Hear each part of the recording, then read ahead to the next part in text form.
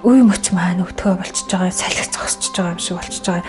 Тэгээд зүрхний цогт маань ингээд намдчихж байгаа юу толгой маань одоо ингээд байнгын технологийн ингээд кармаластаа явдаг байснаа болж байна.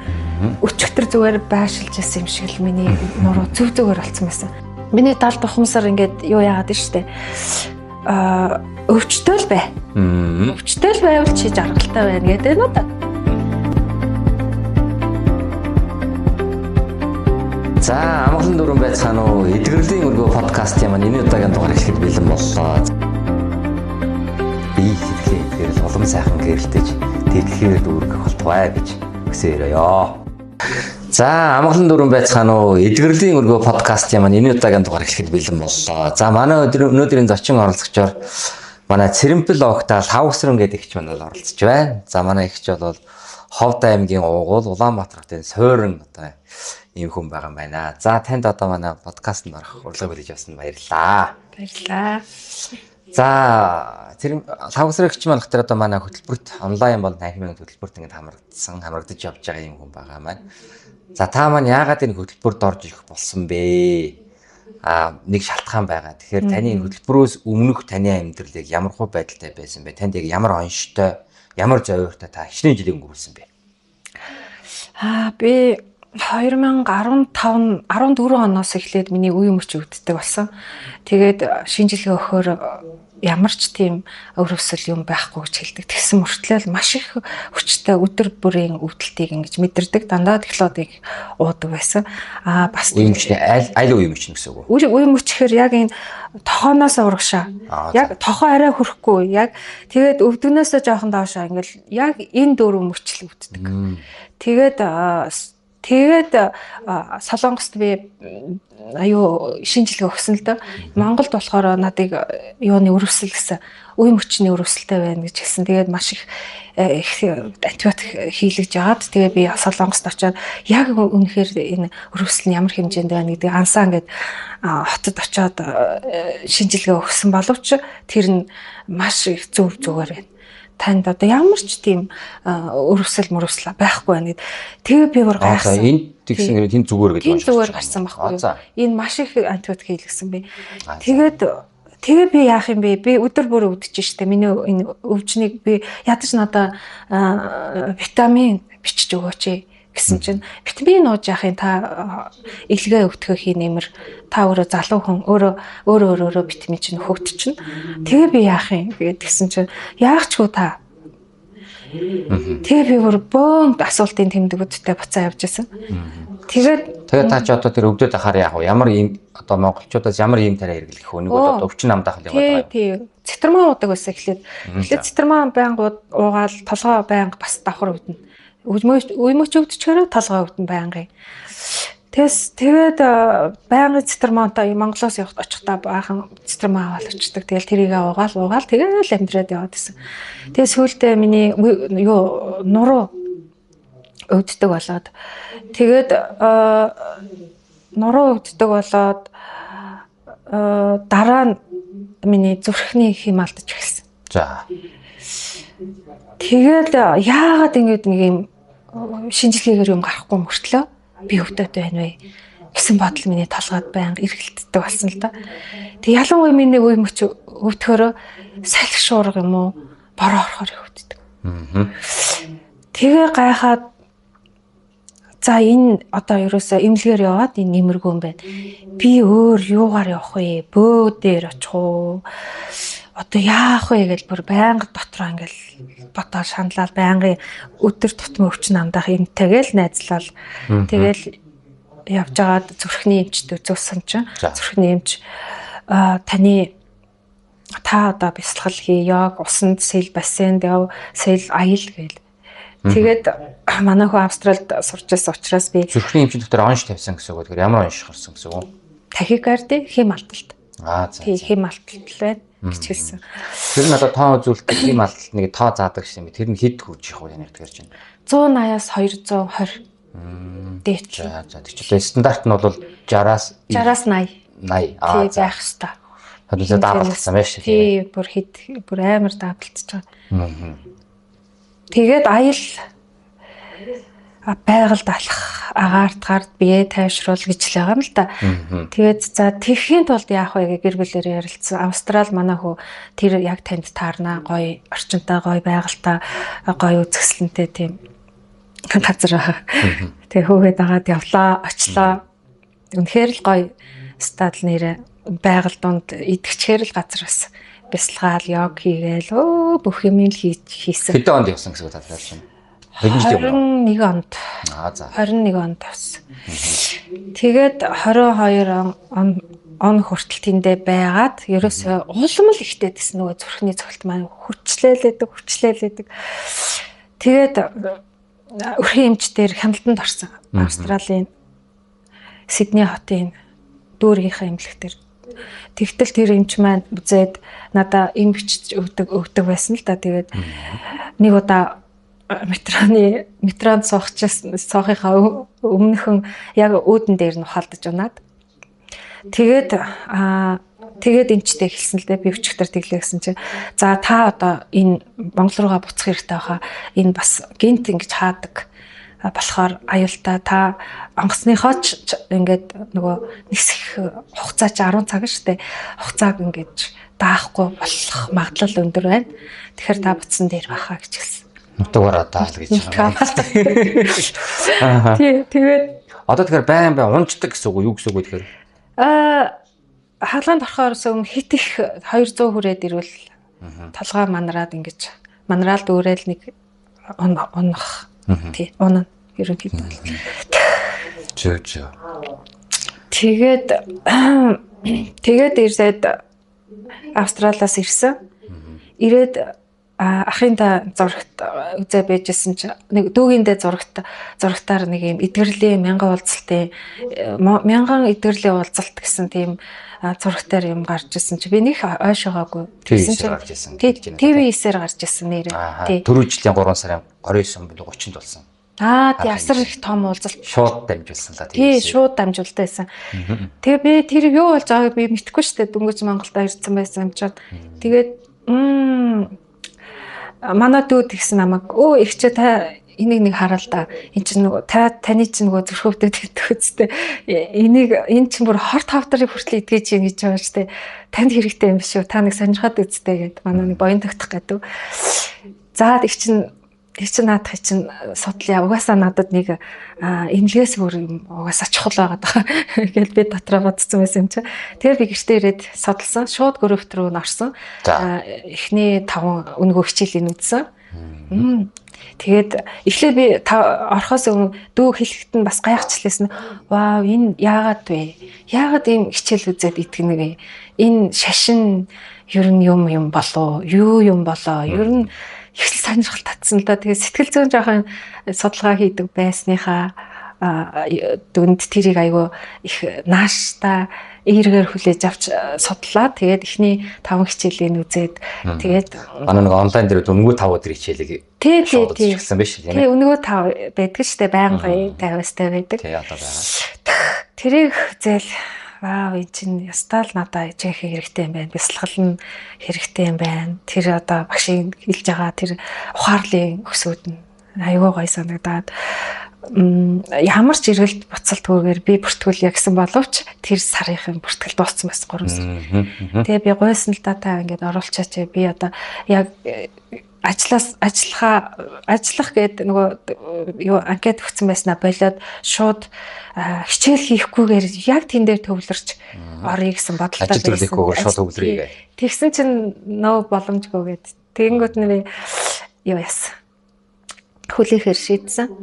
Тэгээд 4 сард ороод тэгээ багшийн хичээлийг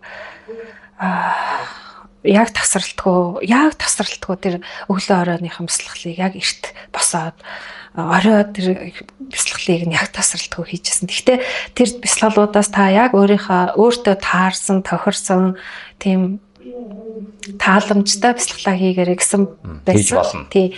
Тэгээ надад тэр цагаан гэрэл мэрлийнхэн юм ерөөсөө орж ирэхгүй байсан. Яаж цагаан гэрлэл оруулчмаар санагдаад тэгсэн чинь нөгөө алимыг нэг оруулмаар санагдал.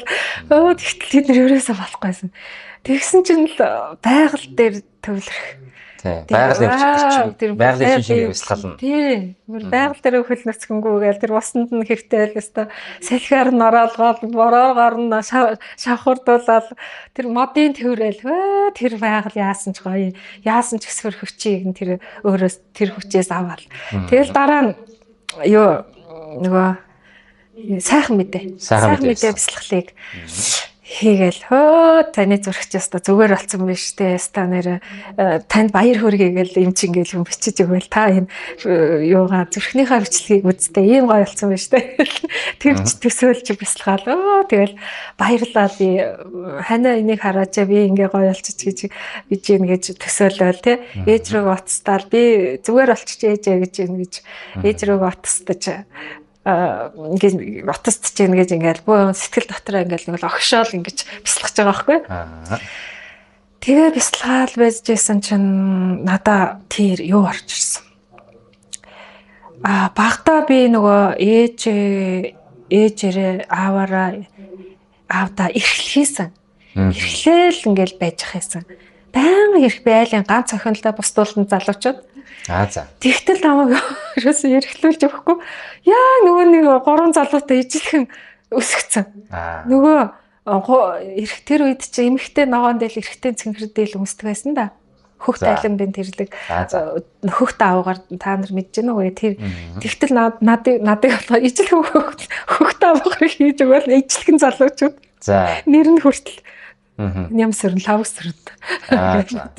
Тэгэл яг эрэхтэй юм шиг. Тэгэл өссөн. Ээж аавч эрхлүүлэх зав байх үү чинь хурал ажил төрөл тий.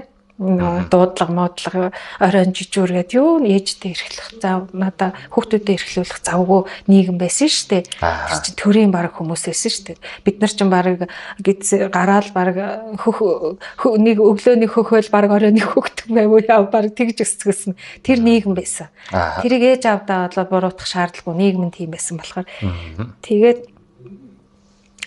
тэгээд ээжтэй эрхлэмээр санагдал тэгээд тэр явц 5 6 хүрээд би ч аяйгуу бие сайтай хөхтэйсэн. Нэг бие үтсэн ч ээжээс амар халамжилж байна. Гой палаж авчирж өмсгөөл гой тэр үед ч алим байдгүй байсан. Алим өвөрлөө авч хийгээл үнсээл ёо тэр шиг жаргал ерөөсө бараг л өстой одоо хүртэл баг мэдрэгддэг. Ёо ээжээрээ байнгын гүйлэл байж яас гоё юм бэ гэж бодогдоод. Тэгэл ээжийн тэр үнсэл ээжийн тэр үнэр те тэр одоо хүртэл бодогддог. Тэгэл аав хүртэл сахлаараа атгаал үнсээл те. Миний охин яаж ийм гэлгүй тэр шиг жаргалаа. Тэгэл дараа дахиад өвтгөр ээж аав. Тэгээ сүулдэ би өвдөөсөө гэж боддог болсон юм шиг байгаа. Тэрийг мэдхгүй. Тэр ухамсар чинь орчд юм штэ хүний даалга. Тэрийг тэр бясалгалаараа би олж харсан. Нэрээ би яагаад тэр бясалгалд ингээд хурдан ороод исэн бэ гэхээр өмнө нь би нөгөө Японд өвлжөхдөө охиноо эмчлүүлээд өвлжөхдөө миний тэр манай тэр орчуулагч ихч маань маш их том бясалгалыг маш их мундаг хийдэг хүн байсан. Тэр намайг бясалгал хийгээч л авгаа. Энэ зүрхний цохилт чи яаш тэгээд надад зааж өгөөд би бясалгах гэж үзээ. 77 юм бодогдоод тэр далаа дээр нь очиж бясалгаад бүр 9-7 юм бодогдоод ерөөсөж чадахгүй байсан. Тэгээд бясалгал гэж нэг иймэрхүү юм байдаг штэ. Би хэцүү юм байна гэж бодож орсон чинь дараа багш юм маань тэр бясалгал амар амархан зүгээр шууд л урсаал орцсон бэ. Тэгсэндээ тэгсэн юм уу тийм юугаа олж авсан. Одоо тэгээ саяны таны ярианаас юу гэсэн үг вэ? Та юу гэж дүгнсэн? Одоо таны одоо ингээд өвдөд байгаагийн шалтгаан юу вэ гэж харж байгаа та. Харин тий. Тэгээд сая шалтгаан одоо олж байгаа байхгүй. Тэгээд том болоод би жоохон өвдмөр санагтал. Тэгэл ээж ихрэлэл. Тэгэл байж байгаа л би хүнтэй сууж байгаа байхгүй. Тэгэл за өвдөхөр хань шүт хийж өгөөл. Хань бүрж ирэл талгай дээр гараа тавиал тий. Хань цай авч ирж кофе аягалж өгөөл тэгэл. Тэр одоо нэг ийм жишээ бас хүмүүст их тохиолддог юм байлаа. Таны яг одоо тал яг бодож жишээнд байна л та. Бид нар нөгөө бага насандаа байх тэр хин нэгэнд хайрлагдахгүй халамжинд байхгүй болоод ирэхтэй яг өвдөд үдсэн чинь яасан? Бүх хүмүүс хайрлаад ирдэг тийм үү? Гүйл тэндээс ээж нэг хайрлаад чигэрж гэлээд одоо та сая ялж палаж хүртэл авчирж өгөөл. Гүйл магадгүй тэндээс өвөө эмэж хүртэл гараад ирдэг гэж байгаа. Тэгэл юм ажил хийхгүй бараг тийм үү? Тэгэл бүүцээлвэл тэнгуут яг бид нар энэ далд хумсын бараг юм юухаар өвдөгтөр хүн намайг хайрладаг юм халамжилдаг юм байна гэдгийг юм суучдаг. Тэгээ тэрийг бид нар мэдэхгүй хичнээн том болсон ч гэсэн яг хин нэгнээс нэг юм хайрлуулах нэг хайраар жоохон дутаад ирэхтэр яг далд хумцын барган зүг чи өвдөгчдөр хайрлуулж штэ гэдэг нэг юм ажиллаад тэгээ тэрийг өөрөө анзаарахгүй яваад ээж гэдэг тохиолдол маш их ингээд байгаа. Тэгэхээр тэр бол танихтай бол ингээд давцж байгаа юм шиг ингээд надад ингээд санагдчих штэ. Тий, яг тэгж байгаа байхгүй далд хумсартаа би за өвдөл лава чи хайрлагдана. Тэгэхээр өвдөл гоё. Өвдөлөл гоё хайрлагдчихна гэсэн тийм далд ухамсартай суулгацсан байна. Тэгэд ээж тэр хүнтэй суухдаа ч гэсэн бас тэрийгээрээ тэр аргаараа нөхрөөрөө хайрлуулдаг ч юм уу, хайрлуулах гэдэг ч юм уу, бусдаар хайрлуулах гэдэг ч юм уу. Тэгсээр байтал цаанаасаа миний далд ухамсар ингээд юу яагаад нь штэ. Өвчтөл бай. Өвчтөл байвал чи жаргалтай байна гэдэг нь удаа. Тэгээд би сайн мэдэж аваад тэрнээс хоошоо би тэгээд би хүмүүст хүртэл ингээд ах дүүнэр маань хүртэл намайг нэг өвчтөө байнга өвддөг гэдгийг мэддэг учраас орж ирээд за миний дүү яаж ийн би яаж ийн зүгээр үү яаж ийн гэж ороод ирдэг байхгүй. Тэнгүүд нь би хөөста тэрийгээр тэгж өвдөл стимлэр тэгж аваад би яста тэгээд яста хань ингэж яагаад би ч яста тийм юм уугаал яста тэг яста зовлонгийнхаа тойлыг яста өнгөтөр ярьж байгаа бодитоор ярьж байгаа. Тэгээд яаж ий тэрийг улам ингэж өдөөгд байгаа байхгүй. Өдөөгд.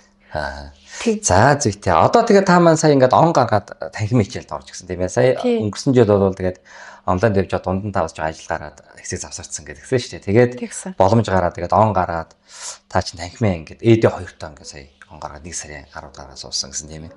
За танхимаа ингээд яваа танд ямар үр дүн гарв ба одоо өнгөрсөн жилийн одоо юм гэсэн нөлөөлж байсан байх тийм ээ. Одоо хоёулаа нэг шинжилгээтэй байна. Таны шинжилгээш 2023 оны 6 сарын 14-ний одоо нэг зүрхний бичлэгээ танд харуулсан шүү тийм ээ. Тэгээд сая сүүлд одоо 2 сарын 23-нд хийсэн шинжилгээг харахад бол ингээд ямар сайхан зүйл гараад болцаагдаад байна тийм ээ. Энэ талаараа та нэг яриач.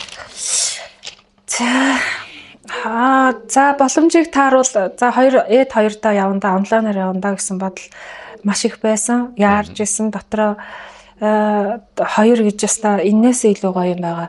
Би яаж явах вэ? Илүү би өөрийгөө олмоор санагдаад, илүү шалтгаан олмоор санагдаад. Тэгээд 2 та бодоо явж исэн чинь манай нэг хатам ихч маань танаа хажууд идэрлийн өргөө би болчихжээ гэдэг мэдээг надад өгсөн. Би энэ хажууд өргөөдөө болсноо ч мэдээгүй явж исэн байсан. Тэгээд бараг л маргааш нөгөөд ирсэн л дээ. Тэгж ирээд идэрлийнхаа өргөөнд ирээд хүмүүстэй ирээд яг танхимаар суухаар шийдээд тэгээд орж ирээд эхний нэгээс 2 хичээлд суугаал бийжсэн чинь би одоо энэ зүрхний хаалгаанд орох очрыг би 23 оны 6 сарын 14-нд энэ үндэ шинжилгээнийхээ зөвсөн байх гэдэг шүү. Тий, одоо ингээ яаралтай хаалгаанд ороорой гэсэн ийм бичиг хийж өгч байгаа. Тэгээд тэрнээс хоошоо нөгөө 3 дугаар эмнэлэгч нь маш их олон очрэгтэй болохоор чинь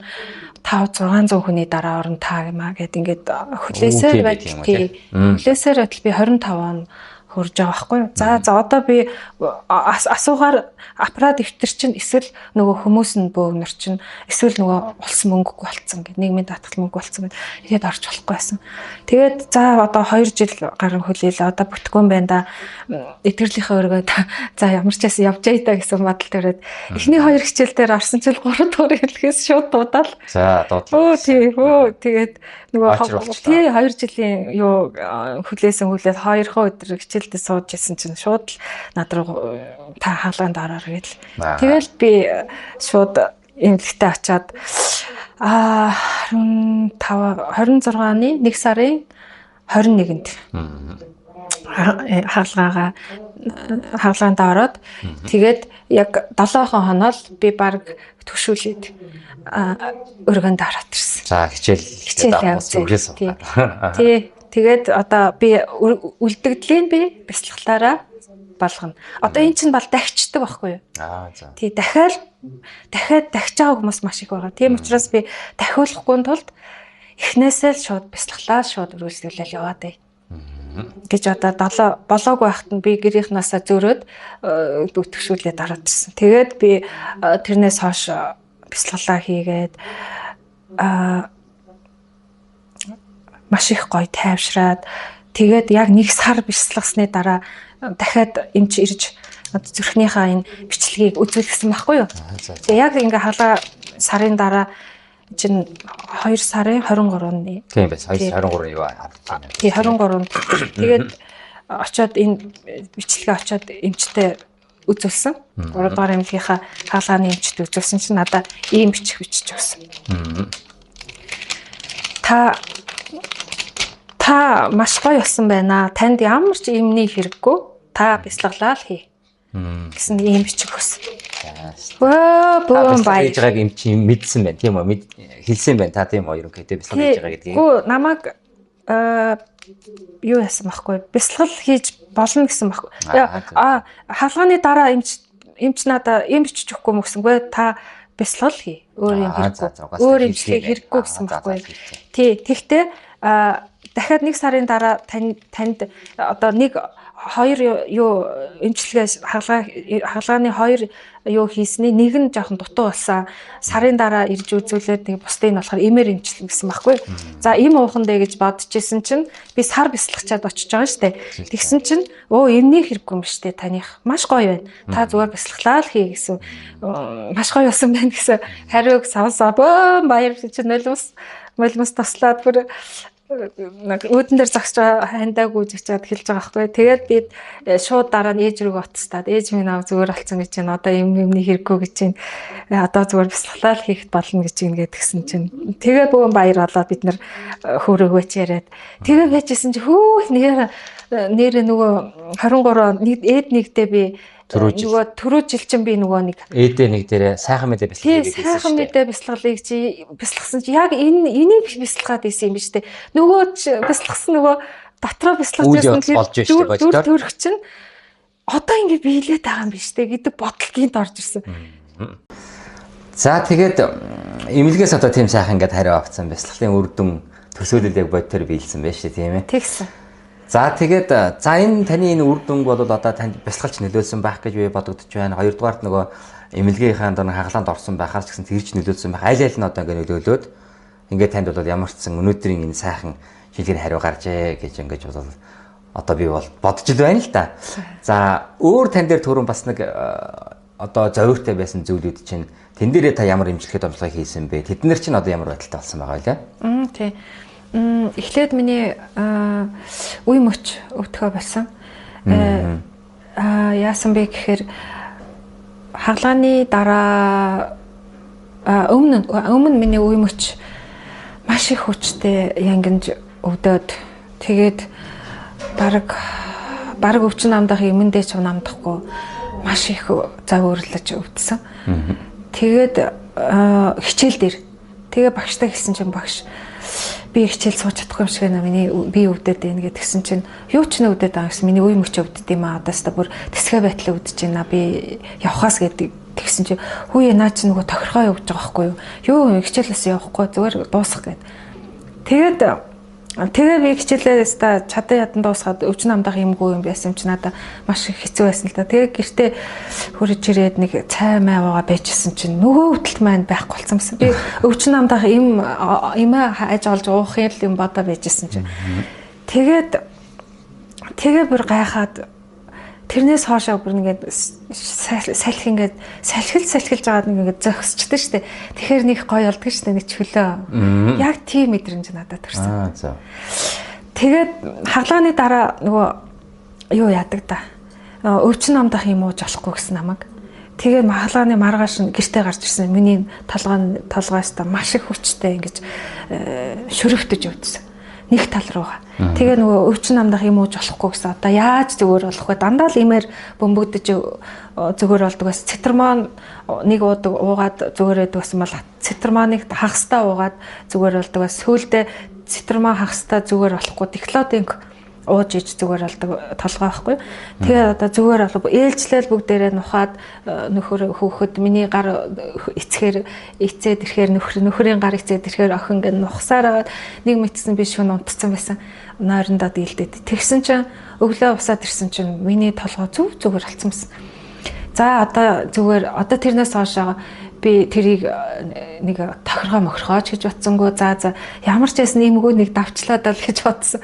Тэгэл нэг хэсэгтээ одоо өвдөх юм болов хизээ яах вэ гэсэн бодлыг би тээхгүйгээр нөгөө бясалгал хийсэн болохоор отоос миний толгоос өвдөхө болцсон доо гээл бодоол нөгөө бясалгалдаа хурдан явчих юмсан гээл бодоол байж ахгүй. Тэгэл би 7 хоногийн дараа бясалгалтаа хүрээд ирсэн чинь багштай хэлсэн чинь хөөх тохиргоо явагдсан байна. Одоо чинийх энэс хойш өвдөхгүй байхаа гэсэн. Одоо тэрнээс хойш сар гаруй болцсон байна. Нэг ч юм уугаагүй л чинь одоохондоо ажиллажлаа тий. Тэгээд дараачихийнх нь болохоор яг битүүний өдөр миний нуруу яг ингээд нэг ийм юугаар хадаасаар хатгаж байгаа юм шиг маш юм хүчтэй. Тэгэл бүр ингээд амьсгалж болохгүйгээр ингэж хатгаж өвдөд. Тэгээ би орондоо ч хэвтэж чадахгүй нөгөө нэг ингээд хөдлөхөөр л ингээд нөгөө зүүгээр хатгаж байгаа юм шиг гэлгөөтэй тийм бүр ингээд амар за маргааш би цагаан сараар хийж чадахгүй нэ одоо яана. Ингээд аргалж эвэлж агаад би ямар ч хэвтэй тоны маргааш нас одоо яаж цагаан сараар би эмнэлэгт байх вэ? Хэвтэж агаад нөгөөдрөөс л ширний 2 нас л эмнэлгээр очиж таарлаа. Яагаад ч хөдөлж чадчихгүй нэгэд би. Тэгээд би тэр орой 12 өнгөрөөд би унтаад өгсөн. Тэгсэн чинь өглөө босоод ирсэн чинь бүр юуч тэр юу байгаагүй юм шиг. Өчигдөр зүгээр байшилж байсан юм шиг л миний нуруу зүгээр болцсон байсан. Тэгээд бүр өмнөхөөсөө ч чөлөөтөө бүр ийм нэг 5 тухтай. Нэг л 5 тухтай. Тэгээд одоо тэрнээс хойш би одоо ингээд үе мөч маань өвдгөө болчихж байгаа, салхи зогсчихж байгаа юм шиг болчихж байгаа. Тэгээд зүрхний цогцолт маань ингээд намдчихж байгаа юу толгой маань ч одоо ингээд байнгын технологи ингээд кармаластаа явдаг байснаа болж байна. Одоо энэ нуруугаа би бас ингээд зүгээр болчихж байгаа л гэж би ойлгож байна.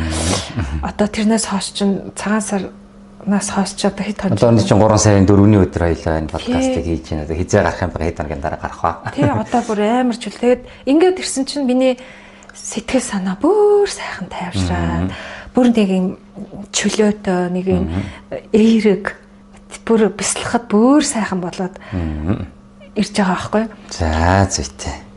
За тэгээс таныхан боён даган байлсаа тэгээд тэр танхимын анги дээр ороход та бас ингээд энэ сайхан ямаасаа зогсоос нь ярьсан болохоор таныг бас тийм ээ эдгэрлийн дасгалж төгсчөөд биш тийм үү.